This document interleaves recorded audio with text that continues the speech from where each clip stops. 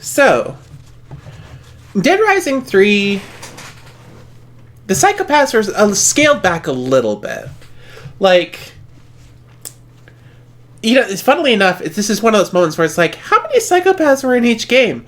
Because when I first played through 1 and 2, I felt like there were a lot more than there actually were, you know? So, like, I probably shouldn't hold it against Dead Rising 3, that it feels like there's less of them. I think that one of the reasons why it sort of feels like that is because that I feel like more psychopath fights were mandatory this time around. Because, like, which boss fights were mandatory in the first two games, right? You know, there was, like, the 3 Carlito fights, but those are easy to sort of blend together a bit. There was the Isabella fight, and there was the Steven and Larry fights. That really only felt like it, and then Brock.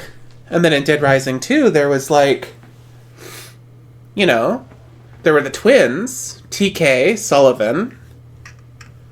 Was that it? Was that just the 3 of them? Whereas then here in Dead Rising 3, so many of these psychopaths were, like, plot specific. Like, you had to face them in order to continue.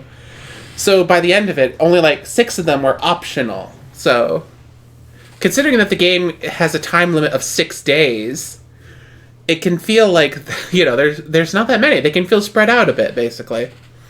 But of course, I play the game like a maniac. I think I finished it by, like, the end of the 3rd day. Maybe the beginning of the 4th, something like that. But, that said, I do think that Dead Rising 3 has some of my favorite psychopaths in the game. In the entire series, maybe. I don't know. Let's think about it. So, first up is actually technically one of the only psychopaths from the Untold Stories. Let's do that first. In Hunter's scenario, you trying to get your revenge on Spider, the guy that took over, like, the whatever they called, the, like, Anarchy Kings or something. And he's cool. He's interesting. I think it's kind of funny that his lieutenants aren't considered psychopaths, at least by whoever made this list. Although I think that, what's his name? Not Cannon, not Snake. What was his name? Razorback, or Razorface. Yeah, Razorface. Razorface isn't on here, but he was an interesting boss fight too. But okay, back to Spider. Spider is actually a pretty classic psychopath fight in my opinion. Because it's like, you know, it's one-on-one, there's the 2 of you, you've each got your weapons, and you kind of, like, you don't have to fight it out just fist to fist, but it certainly feels like it. It's a really solid, like, mid-level fight in my opinion. Because, you know, it's personal, it's a story, he's technically a final boss if you think about it. If you think about it from Hunter's scenario, Chaos Rising. I feel like they didn't do anything special or fun with Spider, but at the same time, they didn't really need to. You had this revenge plot going on, and I think that was adequate. For now, I think that Spider's probably, like, the mid-road for Dead Rising 3. Up next is Hunter himself, the gang leader. He's technically the first psychopath fight in the game, although I think you can face Harry Z before him. He's the first one, he's, like, the first major story beat, I think. Hunter is, like, right off the bat, he sort of sets the tone. He introduces a lot, actually, about Dead Rising 3. Defeating him gives you the best vehicle in the game, in my opinion. The Roller Hog is just unbeatable. That's why it was in my, in my stream announcement every single time, because I love that thing. So he rides this Roller Hog, this big custom bike, a steamroller motorcycle. It's crazy. And then, you know, he's also got a couple bikers hanging around, and you have to fight them before he even comes out in the first place. But Hunter kind of represents what Dead Rising 3 is going for. Dead Rising 3 is not about an outbreak suddenly occurring, and it's like people going mad and stuff like that. That certainly happens. But that's not the kind of story that Dead Rising 3 is. Dead Rising 3 is about a city that's been in the grips of a zombie apocalypse for, like, days now. And not only that, it's in a world, in a setting, where this is almost commonplace. You know, the government's trying to control it with the Zombrex chips, but zombie outbreaks happen. They're a part of life now. And as a result, when a zombie outbreak occurs, Hunter represents that people are now getting to do what they've always wanted to do, basically. There's much less just going berserk, going postal, going nuts. See, these psychopaths, in my opinion, are significantly less tragic than the psychopaths of the first two games, especially the first one. And Hunter represents that. He's the gang leader. He even though he dies, like, at the beginning of the game, I think that, the bikers remain a consistent threat throughout the entire game, like, right up until the end. And even, as we just saw, even in the bonus scenarios, they seek to cause chaos. They seek to have their fun. They, to pull out that old cliche, some men just want to watch the world burn. And Hunter's definitely that. So between his awesome signature weapon and the fact that he sort of represents the game and the themes of Dead Rising 3, I think he's actually going to be S tier, like, right off the bat.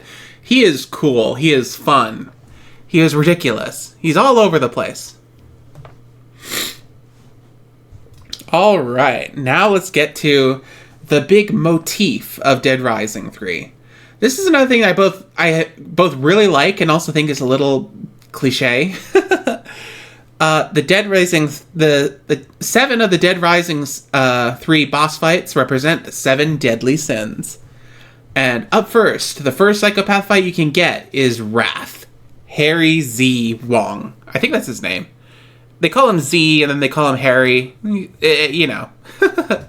So, Harry, or Z, let's call him Z, because I think that's what they call him in the game. Z is, he presents himself as a Zen monk who has created this sanctuary amidst the zombie apocalypse, right? It's tranquil, it's serene, and he actually greets Nick very welcomingly at first. And there are dead bodies everywhere. It creates this, it's interesting because of how out of left field it is. Like, it's actually kind of funny that for, I think, a lot of people, myself included, Z was the first introduction to Dead Rising 3 psychopaths, and he is so much weirder than I think other first psychopaths are. You know, like Carlito or the Convicts, or, even Cletus, or stuff like that. Like, he's got this entire strong motif right off the bat. But as I said, Z represents wrath. He presents himself as tranquil and his garden as a sanctuary. But in truth, he's got, like, he doesn't have a fuse. Any spark just sets him off immediately, just like that. And it's revealed that all the bodies strewn about his sanctuary are survivors who came to him for protection, but then they annoyed him, so he killed them. And that's immediately what happens with Nick. It's not even Nick directly. A zombie that followed Nick into the garden knocks against the gong, and then Z loses it and just goes nuts on Nick, trying to kill him. It's kind of crazy. It's kind of intimidating. But at the same time, I also don't necessarily think that he's that interesting. Like, his fight is pretty straightforward. He's got his cool, like, spear thing, or glaive, or I'm not sure what they're called. And, he does some kicks, he does some teleports, he tries to meditate sometimes to, like, focus himself. But something I think is really cool is that if you can knock the gong, he, like, freaks out and throws a tantrum. And actually, I didn't mention this during Hunter's thing, but that's something I think is kind of cool, actually, about Dead Rising 3 Psychopaths, is that you can provoke them, and that makes them vulnerable to a grapple attack. And I think that is so cool. That's so fun. So yeah, Z's is, getting him angry enough to have him throw a tantrum, and then you just kick the snot out of him. And once he's defeated, he also sort of reveals another thing that's interesting about the Dead Rising 3 Psychopaths, is that most of them cause their own defeat for the most part. Like, in Dead Rising 1 and 2, it was like, almost the entire time, it was Chuck and Frank actively killing the guys, actively being the one to beat them within an inch of their life and they die. But Nick doesn't intentionally kill a lot of these people. Like, he fights them in self-defense, but most of the time, they just succumb to their own weapons or their own vices or whatever. Again, I didn't mention with Hunter, but, well, actually, Hunter is technically the first one that Nick does kill, technically. It's still not necessarily intentional, but he does. But for Harry, very explicitly, he offs himself. Basically, he gets so angry at God, at the universe, at everything that's happened with his wife, his family, his business. It's just like, he just completely loses it and uses his weapon to just completely decapitate himself. It's darkly funny, but also really fucked up. Anyway, I actually think that, like, I'm saying that maybe Z is a little bit lower end, but I still really like him a lot. I'll tentatively put him above Spider. He's also, I think, a good setup for a nice, straightforward psychopath fight. Albert. His portrait's a little off-center here, but at the same time, they did that for a reason. Albert is one of the only mandatory, not plot-specific psychopaths. He represents greed. So Albert may or may not be a surgeon that is harvesting organs from survivors in Los Perdidos. He's just taking everything from people, actually. You can really see it on his design because he wears like tons of necklaces that he's stolen from people. He's got like watches and bracelets all over his wrists. And he even wears a necklace of severed fingers with spare stolen rings crammed onto them. He is just like taking everything for what they're worth. And he really presents a really interesting and different angle for a boss fight. Oh, hi! Hi, Ranger. How's it going? So, Albert's really cool, I think, because his fight is so unlike most Dead Rising fights. Like, it's technically an unarmed fight, but because he's pumped you so full of drugs, you're constantly blacking out and you're fading in and out of consciousness. And not only that, you're hallucinating. You're hallucinating that there's like several Alberts running around cutting each other up, and it's like the camera gets a little bit trippy and the music really emphasizes it. It's interesting. It's an interesting direction to take a Dead Rising boss fight. And in suiting with the theme of the sins and people succumbing to them, the best way to get a jump on Albert is to destroy some of his merchandise. Destroy some of the coolers holding the organs he's stolen from people. That causes him to freak out and make him vulnerable to an attack.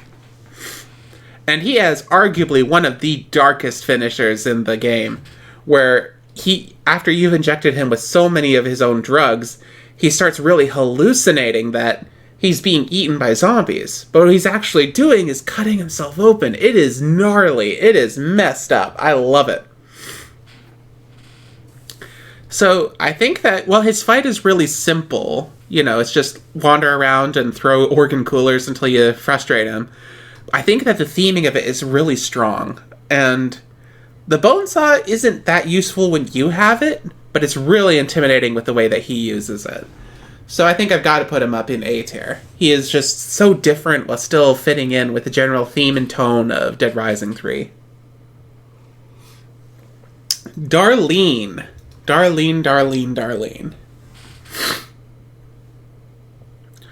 Darlene is... Okay, I think I'll just say this now. I think I really like and also really dislike how Dead Rising 3 handles its female psychopaths. Because on the one hand, it actually has female psychopaths. They are just completely evil, and they are just like in it for the fight, all four of them. And it's like, yeah, there are four of them. There are four boss fights with, women in this game, which I think is the most that any Dead Rising game had. Like, Dead Rising 1 had Isabella and Joe, and I think Dead Rising 2 only had the twins? I think it only had the twins. I mean, if you count BB as a psychopath, then it had, like, technically 3, but just 2 fights. Anyway. But my point is at the same time, they also, like, are very... They're stereotypical, like, a little offensively. Darlene being a really obese woman played for Squick, and Jerry being a really buff woman played for Whoa! And then, Hilde and Marion are elderly. Like, I don't know. I don't know. It sometimes makes me feel a little icky if I overthink it. And I overthink everything. That said, I also just love at how diverse these boss fights are. Like, I can't think of any other time when I've played a game that had, 4 women boss fights, and one of them was really fat, one of them was really muscular, one of them was elderly and sexual, and not elderly and sexual, but older and sexual, and then the other one was elderly and in a wheelchair. I can't think of any other game that I've ever seen that's done something like that. So yeah, it has my respect, but it also got me that little bit like a Anyway, back to Darlene. Darlene represents gluttony, and she's taken over a buffet and has just presumably spent, like, the last, how long, 3 days, 4 days, just stuffing herself constantly. Just the entire time. Like, played for all of the squick and, like, light body horror and gross out humor that you can. She pukes, she belches, she farts. Just, like, she's on a mobility scooter. It is just, like, all of that. Just that entire subgenre of, like, gross out humor or shock. I don't even know what to call it, But that said, I also think she's kind of fun. Like, she's funny. The voice actress is giving it her all voicing Darlene, and she screams almost as much as Steven does from the first game. It's a lot. It's really funny. And then there's also just the fact that she kills a guy and attacks Nyx because she doesn't want to share any of the food in the buffet. Food that has been presumably starting to spoil over days. She just refuses. It's really funny. Her death scene is gross and also a little sad in my opinion. She falls on her back but is too heavy to move herself over, so she chokes, basically. It's like, oh, that just makes me feel a little rotten. Her signature weapon's a spork, and I don't think you can pick up the spork. I don't think you can use her with spork as a weapon. So that takes a few points away from her for me. So, would I say that I like Darlene's fight? It's entertaining. But I don't know if the fight itself is...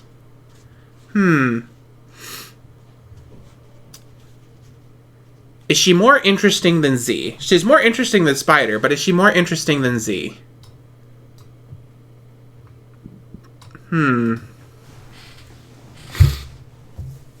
Let's see here. You can interrupt her while she's eating and cram more food down her gullet. Is like... That's interesting. Huh. I think Z edges her out a little bit because his weapon is just so cool. And I think that, like... I think that he's more interesting than Darlene. So we'll put her there for now. Jerry! Jerry represents pride, and she's a bodybuilder that... out of all the characters, she seems to be the one that's the most quote-unquote delusional, because she's preparing for the Miss Gigantic California pageant in the middle of a zombie apocalypse, in the middle of just this outbreak that has just completely destroyed Los Perdidos. She's just ignoring it, hanging out in the yoga studio and working out. I mean, good for her on her focus, but,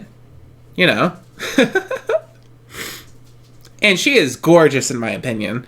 The game makes some, again, I think it's a little tasteless at how they, make jokes about Nick misgendering her and stuff like that. And he doesn't apologize, He corrects himself, so, he gets points for that. But I'll admit, it's a tiny bit funny that, like, she lives out the power fantasy of it's like, okay, I'm just gonna kill this guy. So, yeah. But she's strong, she's buff, she's got that little pink bikini top, and she wields an entire, like, barbell as her weapon, like, the whole thing. Like, that's gotta be, like, 200 pounds at least, right? I have no frame of reference for how heavy those barbell weights are, but they're huge, and she just hurls it around like it's nothing. I couldn't figure out how to do her, like, how to do her thing to make her vulnerable in the game. Like, I think that, you, like, I'm not sure, like, back on the Xbox One, I think that you had to use, like, what's it called? Oh, excuse me. Sorry. You had to use the Kinect. You had to use the Kinect because, the Kinect was always listening. So you had to use the Kinect to, like, shout insults at the game, and it would, like, register, and it's like, then Nick would taunt the psychopath. I think that's how you got Jerry vulnerable, but I can't be completely sure.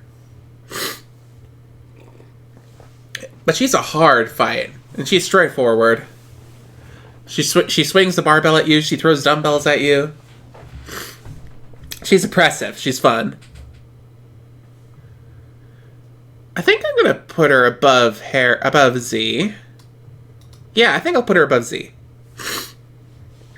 I also like that. I also do appreciate that her ending is a little sad, even if they sort of, Nick sort of makes a joke about it after flexing, but.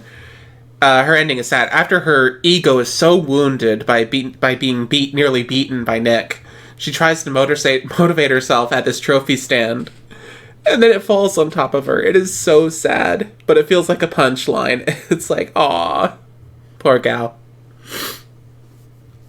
Yeah, I like Jerry. I think I'll put her above Z, or Harry, or whatever his name is. Ted. Theodore. The mayor's son. This guy represents sloth. And... wow. He really plays it up. Like, I feel like, there's a little bit of a stretch here and there with some of the Seven Deadly Sin characters. It's like, why would Jerry still be so obsessed with the contest? Why would Darlene, really just be stuffing herself constantly in the buffet?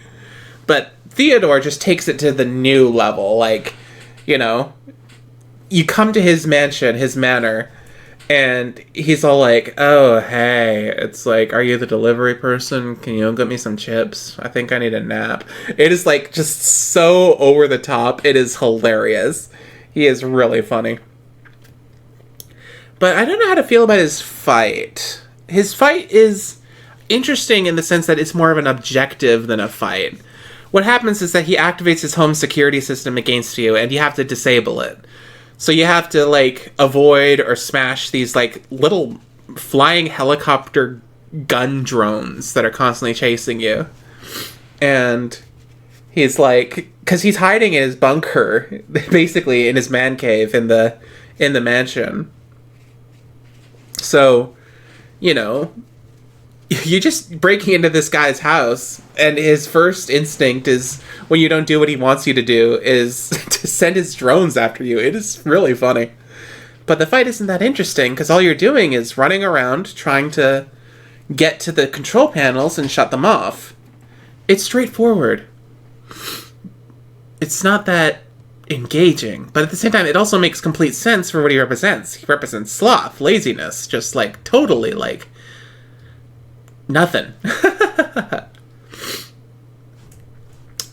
And then, of course, the way that his fight ends is also appropriately darkly hilarious. You break into his room, you walk up to him, because the thing is that he's not plot specific, but if you beat him, or you didn't even need to beat him, you didn't even need to fight him, because Nick just asked him if he could have the key to the police armory. And Theodore was all like, no. But then once you break into his room, he panics so much, and because of his lifestyle of just complete slothful sedentariness, he has a heart attack from the stress. It is like, it's darkly hilarious. It is just like, oh my god, I can't believe that just happened. Like, there was a kill like that in Child's Play 3, and Chucky had the most appropriate response to it. It's just like, you gotta be fucking kidding me. That was funny. But I think that it puts him at the high end of the lower part, because it's like, you know, his theming is strong, but ultimately his fight is not that interesting. And maybe I'm just being biased here, but I really don't like the RC helicopter weapons that you can craft. I never figured them out. So even if you got his schematic for his gun, I wouldn't use it. So yeah, sorry Theodore, I just not that into you. Dylan is my bae. I love Dylan a lot. He is pure evil, of course, definitely, but this is where my bias comes in. Dylan was my favorite psychopath when this game first came out, and I'm not sure if he is anymore. He's definitely up there, though. I love him, though. He is just so much fun. So, Dylan represents lust, and considering that, like, considering what happened in the previous games with Joe, the police officer, and Randy, the leather incel pig, he's got some competition for representing it, and he really comes in. He goes in a slightly different direction. He's not, you know, fat and gross like Joe and Randy were sort of like designed to be. He's slender. He's arguably even almost attractive, even without my deranged bias. But, you know, he's wearing his, like, gimp attire with his cowboy theming, and he's been kidnapping people and zombies and just doing unspeakable, horrible things to them. Like, he's really whatever. He and Albert and Hunter, I think, really represent that theming that the zombies have come and they're using this as the chance to do anything they've ever wanted. And that is terrifying. Dylan is scary, but he's also kind of funny in a little bit. Yeah, he's funny because, you know, he's constantly cracking innuendo and, you know, flirts and threats. I mean, and the way that you can distract him to get the jump on him is pole dancing. That is beautiful. That is hilarious. I love it. You give him a little pole dance, and he gets so riled up that you can then just beat the snot out of him. And his weapon's really funny, too. It's a flamethrower, but it also has a liquid nitrogen tank, so it's also an ice thrower. And it is shaped like a cock and balls. He gyrates with it, and if you take it, you can't craft it, I don't think, but you can take it, and you can do the gyrations and the swinging, and his weapon is so much fun. It's hilarious. I love it. And maybe it's just me, but I absolutely love the performance that his voice actor does. It's so slimy and deranged, but it also is like, oh, I kind of like that. Yeah. So, I think that my bias comes through clearly, but at the same time, I just think he really is one of the most fun psychopaths in the game. I think that the only thing that potentially holds him back, arguably, but this also doesn't really apply to me, is that you can't take survivors into the fight against him. Now, I think that in previous Dead Rising games, this would have been, you know, this would have been even less, like, it would sorry. In previous Dead Rising games, not being able to have survivors in your entourage when stumbling across them would have been annoying. It would have been frustrating. It would have been bad. But at the same time, I kind of feel like you don't really go into psychopath fights with survivors if you can avoid it in the first few games. Again, maybe that's just me. But in Dead Rising 3, the survivors are competent enough that they can actually help if you take them into psychopath fights. But because of the way I play, I don't. I don't do that. But the funny thing is that you can't even do Dylan's fight unless you're alone. He only wants Nick. Like, he won't even let Nick into the studio unless he's alone. And that is so funny to me. That is like, oh my god, Dylan. So yeah, I think that Dylan's great. He's a lot of fun. He's got a fun weapon, fun design.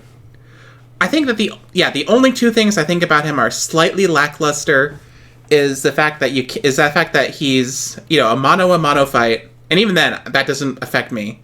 And the other thing is that his death scene's a little bit underwhelming. He either flops over dead, or maybe he inhales too much carbon monoxide from his weapon. That's the thing. It's so vague. Like, he just giggles, makes one last, lascivious remark, and then flops over. Did Nick kill him? Did he suffocate? I don't know. So yeah. Those are the only things in my mind that even slightly hold Dylan back, but I think he's top tier. He's scary, he's funny, to me he's a little sexy. So yeah, I think that he's probably I'll be a little embarrassed if he ends up being my ultimate favorite fight of this game. But yeah.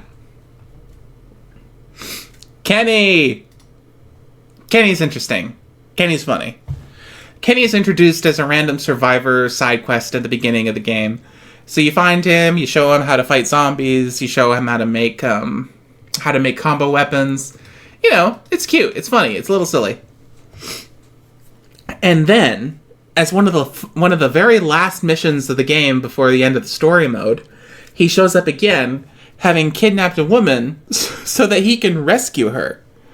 But not only that, he's wearing he's completely changed his outfit, so now he's wearing this work suit like Nick wears. He's changed his name to Kick, and he shows off his own combo weapon, which is a literal ball of sharp objects tied together called a junk ball. And this is all because Kenny represents envy. His entire story arc is being jealous of Nick, and you do your best to help him, but he just admires and hates you so much that he's the hero in his mind. He has to be the hero. And so just the fact that you're saving people and showing off how cool you are offends him, and he gets so worked up that he's going to fight you for it. That is great. That is a fantastic idea for a boss fight who's themed around envy. It is so funny. Some people find him a little annoying, his performance, but I think that it just suits his character. I don't know why. I guess it just doesn't annoy me very much. I think it's funny. Not necessarily endearing, but it's funny. It's fun. Mm-hmm.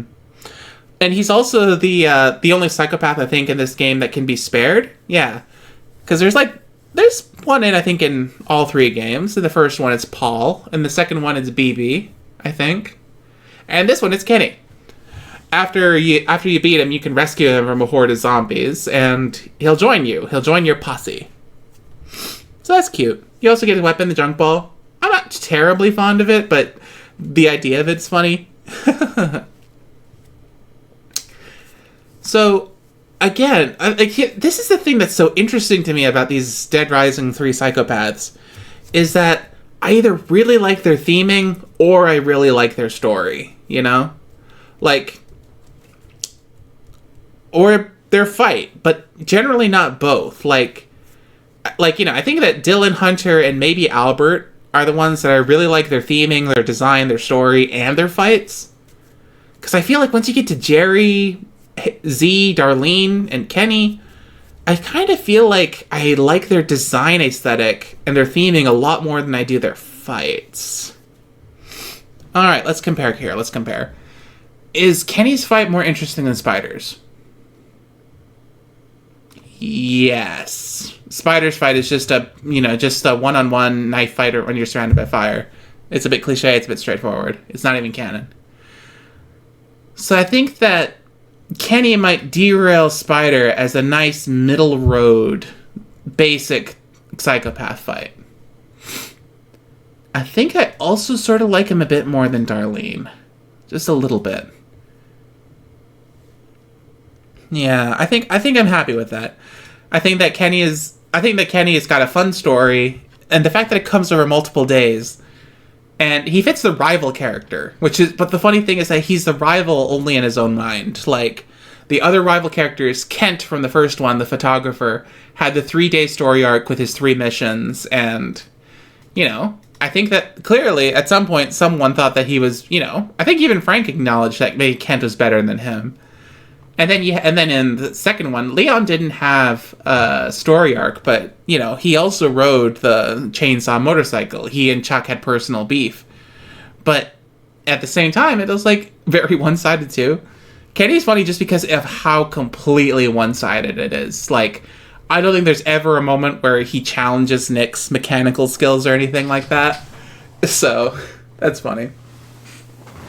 But, okay. Yeah, I think that Kenny's probably a good middle boss fight for me. He's right there in the middle. His fight is straightforward. His story arc is a lot of fun. Sergeant Hilde. This is another one of the characters that I think is interestingly designed, and really, I think a lot of that comes because of the comparisons. Sergeant Hilde is Hemlock's, second in command, I think. Or at least she's one of his main agents. She's in Los Perdidos to basically destroy all evidence of what the military and what the special ops are doing right now, which is killing civilians. Either you get chipped or you get dead, But Sergeant Hilde's design is just so completely over the top. What on earth is going on with this woman? She's, she's got one button done on her shirt. She's wearing a corset, and her miniskirt barely covers her underwear. She got her tie and her cleavage. It's what the hell? Not even the twins from Dead Rising 2 were this sexualized. What's happening here? I think that I read somewhere, I can't confirm this, but I think that I read that she was one of the original considered designs for the Lust psychopath. But then they got so attached to her that they decided to upgrade her to being Hemlock's second in command or something. But it's still so weird. But the thing that I appreciate about it is that they fully play it for horror.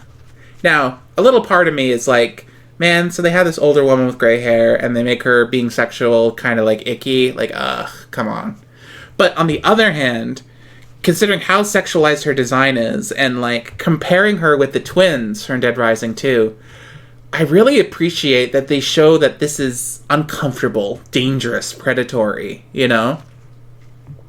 She's invading these characters' personal space. She's abusing them for her own sexual pleasure. It's it's over the top, but the game plays it for the uncomfortable, almost disturbing action that it is. So I appreciate that. I appreciate that very much about Hilde. As for her fight, I don't know. It's kind of straightforward. She's got guns. She's got special ops people that sort of get in your way. She spends a lot of it running away from you, which is really annoying.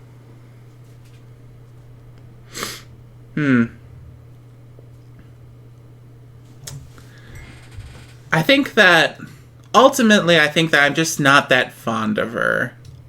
I think she's hot, but I think that gameplay-wise and theming, it's a little, with how gritty Dead Rising 3 is trying to be, it's a little out there for me, I think I'm gonna put her below Spider. I think I'm gonna do that, yeah.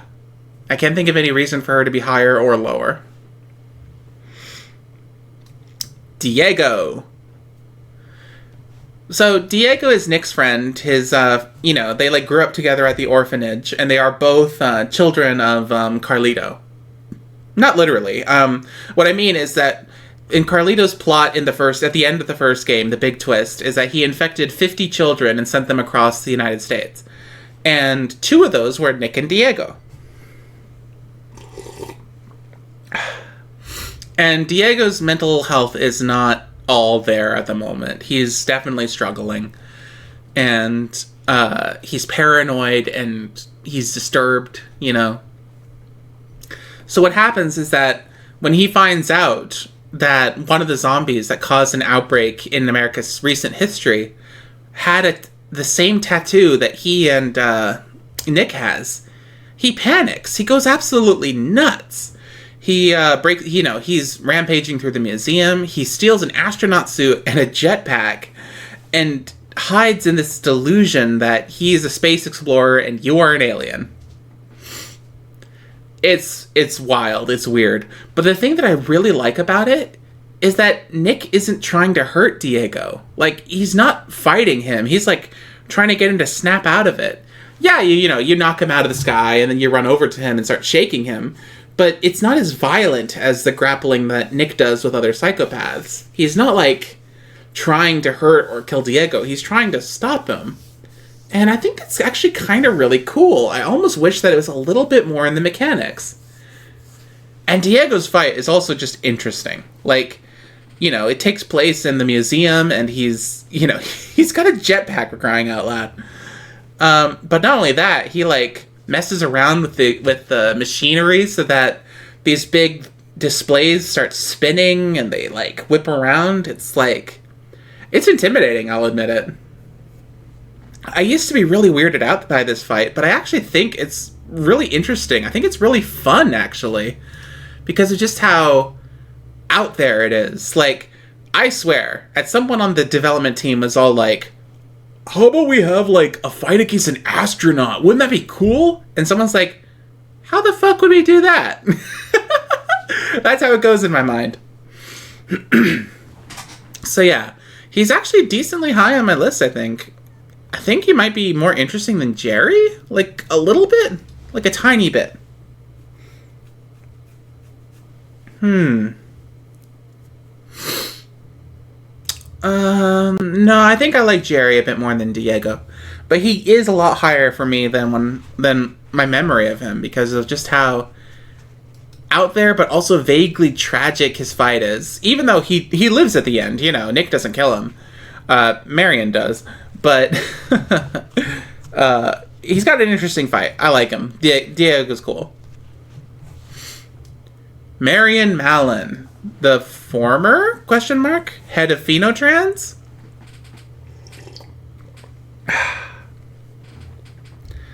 Marion is trying to find the cure to zombieism because she's been infected and crippled by her zombie infection. And while she claimed that she was cured in Dead Rising 2's bonus case, Case West, in truth, I think all she did was invent the Zombrex chip. And she's behind the outbreak alongside General Hemlock and Isabella, but we don't talk about that. So, she disabled the Zombrex chips so that people would turn again. And the goal of this was to flush out the children of Carlito and hopefully find the one that's immune so they can make a real cure. And of course, she's completely, like, cold about it. She's perfectly fine, having all these people die and using this horrifying ray gun on Diego, which causes a larva on him to explode out. Like, it's nuts. It's terrifying. Yeesh. And the fight with her is actually kind of interesting. Like I kind of consider it like the interesting version of Ted's fight, because she takes control of these giant cranes, and then she, like, swings them around trying to smash you with stuff, or just grabbing you with the crane itself. And at the same time, as she's destroying the lab, all these zombies start pouring in out of everywhere. It's intense, and it's stressful. And you're not even really fighting her. You're just trying to survive what she's doing. It's cool. I like it. It's interesting. And I think that, having her be a character from a previous Dead Rising game, even if she wasn't in the Dead Rising 2's main story, she's still a Dead Rising 2 character. Excuse me, I'm sorry.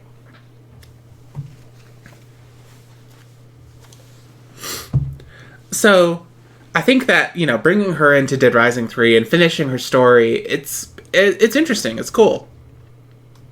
She goes above Darlene for me. I think she also goes above Kenny. She can't go that high ultimately because, you don't defeat her after your fight. You survive her and you escape, and she's ultimately killed by Hemlock, which I think is a tiny bit disappointing, but also more tragic too in its own way.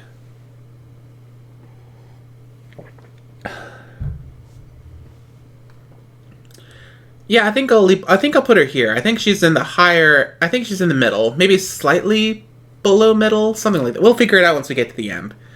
But I think that her fight is interesting. It's also not really a fight. It's in the middle, As I said, it's like Theodore's fight, but more interesting. So it's kind of like, yeah, it's a gimmick fight. It's a puzzle fight, but I think it's cool. I think it's neat. Red. Such a character, Red is. Red joins in with Theodore and Marion for having a mechanical phase, basically. Because in the first phase of his fight is he takes over this gigantic crane at the shipping yard, and it's like trying to like smash you with it. And you got to disable it before you can get to the one-on-one fight with him. But Red was one of the leaders, one of the main people of the illegals. People who have been infected by the zombie infection, but refuse to be chipped, refuse to be tracked by the government. I think the main thing I don't like about Red is that his turn seems so sudden to me. Like, I get that we were built, Red and Annie and Nick's story throughout Dead Rising 3 is basically a love triangle. Sorta. Kinda. Not really. A little bit. He and Annie used to be a thing, and they're not anymore. He's losing faith in the fight that the illegals are doing. He's going what's the point and stuff like that. He's definitely struggling. And then, at some point in the story, he discovers that the people with the tattoo that Nick has, the children of Carlito, they're being hunted by the government. And if he can, claim that bounty, he could live out the rest of his life, in luxury, basically. He wouldn't have to be running all the time, scraping by. I think the thing that probably would have, completely sold me on his story is if there's a moment where we realize he's been chipped, recently. Or, maybe he always was. I feel like they could have worked on his portrayal a bit more.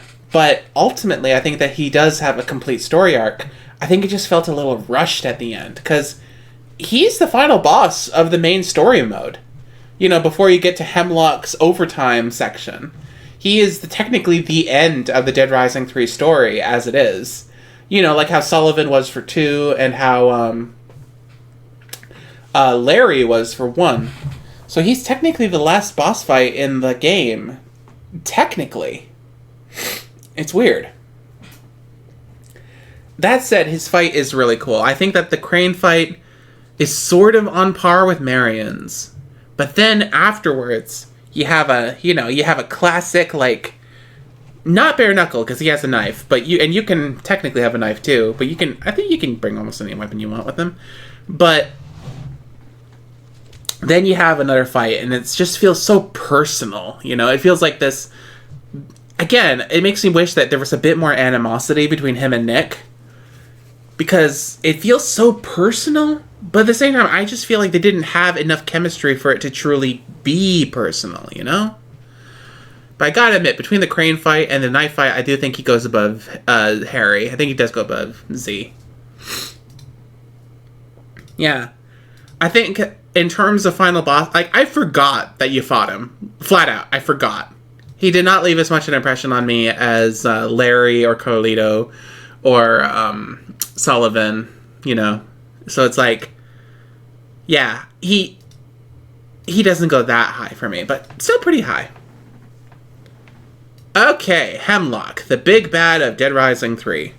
General Hemlock. He's like one of the high-ranking peoples in the United States. I don't know how their political system works, but the point is that with the president dead, because he kills the president, oh my god,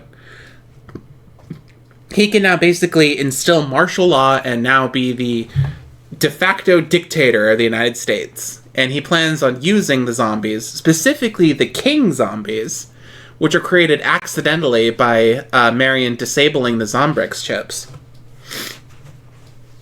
He plans on using them to spread the outbreak faster and further than any of the indirect methods that people have been using recently.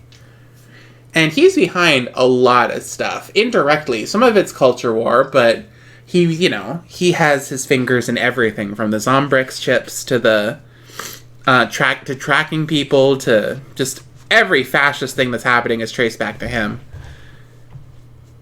And on the one hand, that makes him intimidating. But on the other hand, I also don't think that's that interesting, really. I'm speaking here in comparison to the previous military characters that we've fought so far throughout the story. Like, Brock was a bit of a blank slate, but there was something intimidating about his coldness. He was, fulfilling his duty. He was, taking care of the Willamette outbreak. He took care of Santa Cabeza. He's doing what he's supposed to do. But he's not really grabbing for power, And Sullivan and Phenotrans, they had their motivation about keeping Zombrix flowing for the country. And Boykin, he's shell-shocked. He's defending himself, arguably. He just also happened to kidnap Rebecca, and you want Rebecca back. But Hemlock is a sort of straightforward wannabe dictator. At the same time, you can have combo weapons in his fight, and maybe I'm just a bit of a stickler for a good old classic fisticuff, but I think that's less interesting. And he has a grenade launcher for the same thing. I feel like that's... I know that they probably can't do the hand-to-hand fight, for their last big boss fight every single time. But I think that Hemlock with his grenade launcher is not that interesting.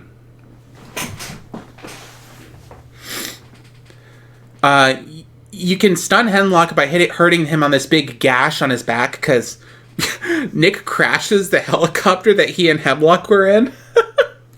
And that results in this big, nasty scratch across Hemlock's back, so you can stun him if you can hit it. But, that's a thing.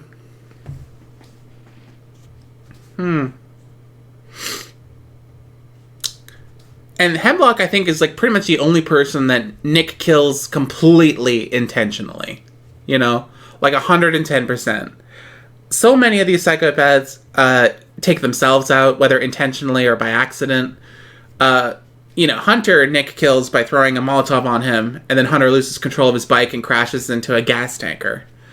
Hilde, Nick technically kills, but she was going to shoot a rocket at him, so he tackled her, and they fell out of a 2-story building. Red isn't even killed by Nick. He's killed by Annie. He's killed by his ex-girlfriend. Oh my god. But Hemlock Nick kills intentionally, kicking him into the helicopter blades. And that's hilarious. I love it. So, I'm sorry, I'm just not that into you, Hemlock. I feel like you're straightforward, both as a character, as an archetype, and as a boss fight. I can't think of anything about him that stands out to me. I like that he's an older man. That's cool, that's fun. But, yeah, I'm just not really... I think the thing is I think I said it with Brock and Boykin. I'm just not that into military characters as antagonists and, in these zombie games. I don't know. But Hemlock, I think, sort of sums up my, disinterest in them. He's whatever. He's functional. Okay. Yeah. That's about it.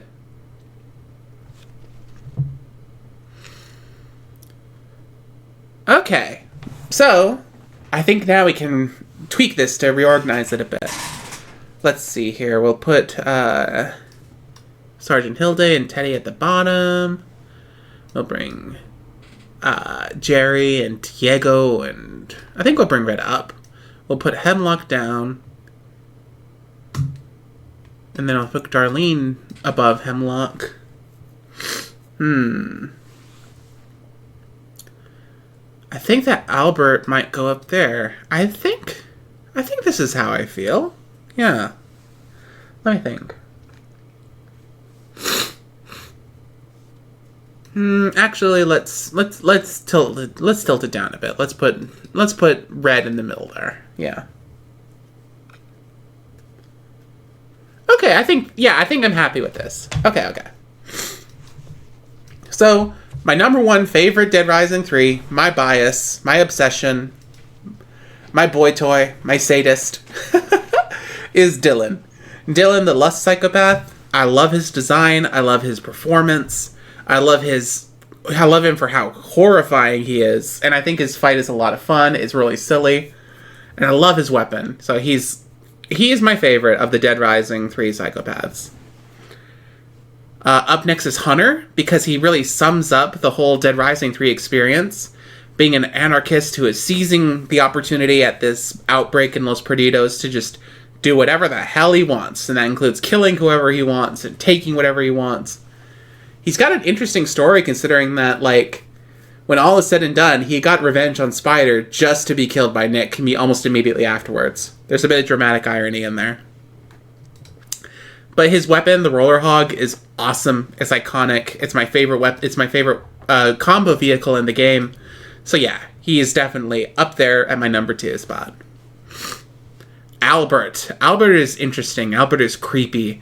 Albert's so different, but I think in a way that sort of complements the Dead Rising setup, in the sense that it's like, you're debilitated. You're under the effects of drugs while you're fighting against him. And that's scary. That's intense. I like it. And, it's so different from the Dead Rising fights while still working really well. So, I definitely think that Albert deserves to be this high. I really like Jerry. Her fight's straightforward. It's pretty, it's just a classic. You meet a person who's a little nuts and a little dangerous. You get them mad at you, and then they try to kill you. It's straightforward. It's fun. But I think that she earns a lot of points for being somewhat sympathetic, somewhat delusional, but also just, she's hot. I'll say it. I think that's why she's up here so high. I like her. Diego's up here because his fight is just so different again. But at the same time, because, you're not trying to kill him. He's sort of trying to kill you. He's in this sort of panicked fugue state, and you're trying to snap him out of it.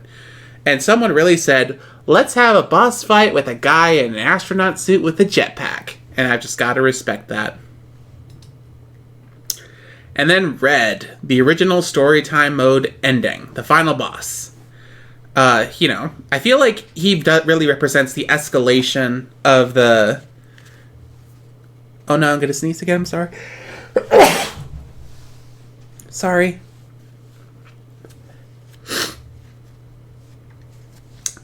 So Red really represents, he represents the escalation of non-combatant combats by taking over the shipping yard crane and using that to attack Nick. So that's cool. But then the follow-up knife fight with him, just in, next to those shipping containers, it's intense, and I like it. And the fact that this is sort of like the ending of a love triangle is so funny. But yeah, I just wish that he was a little bit more developed, a little bit more.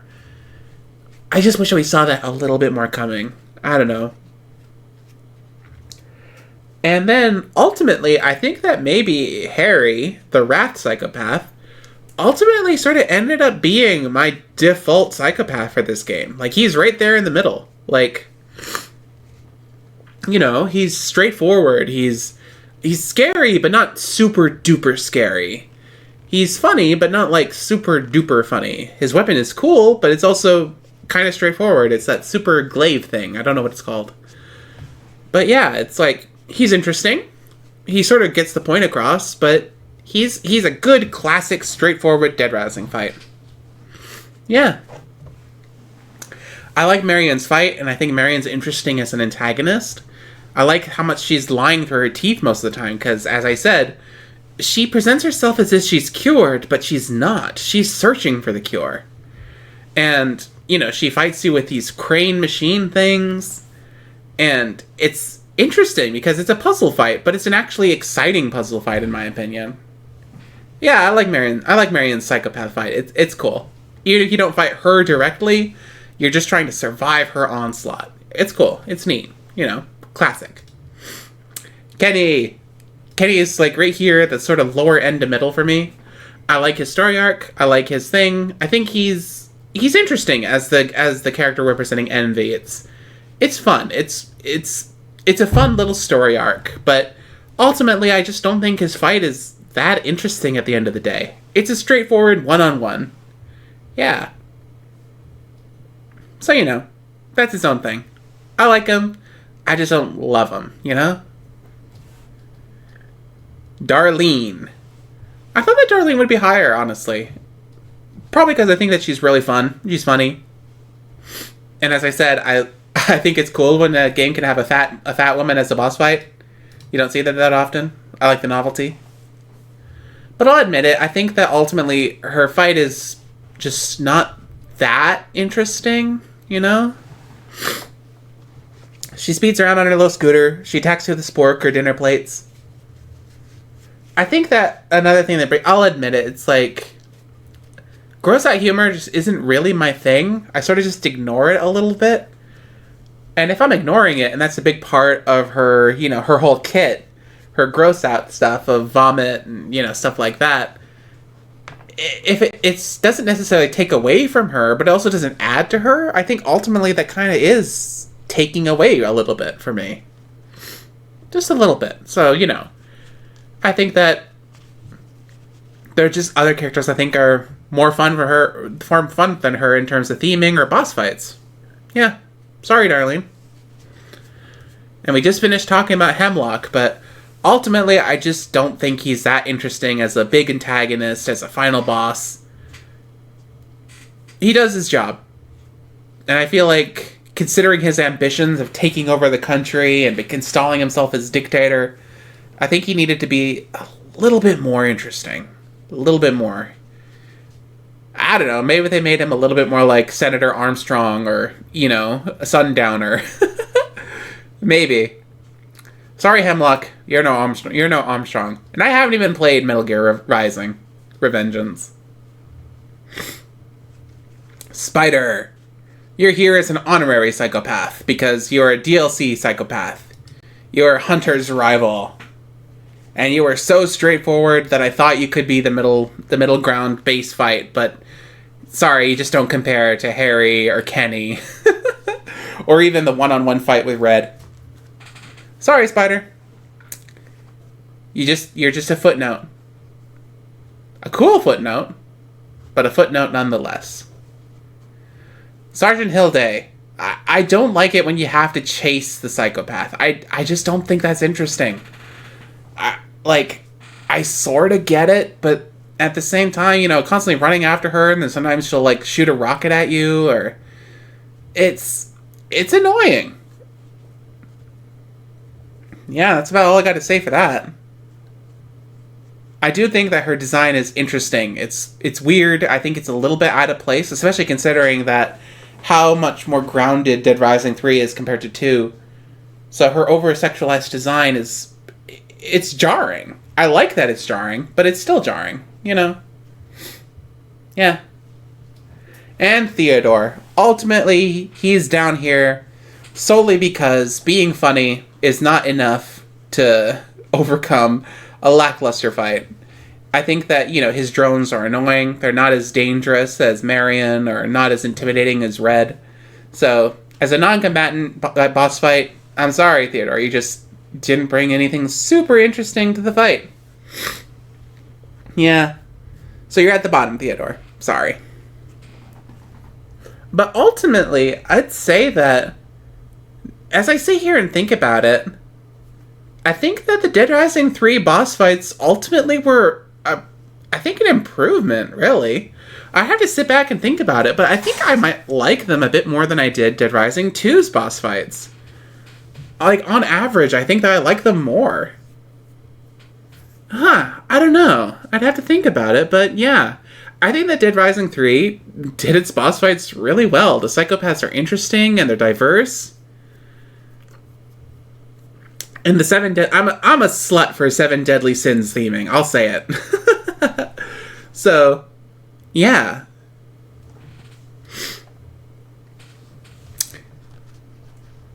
I think that this is my tier list for the Dead Rising 3 Psychopaths. Yeah.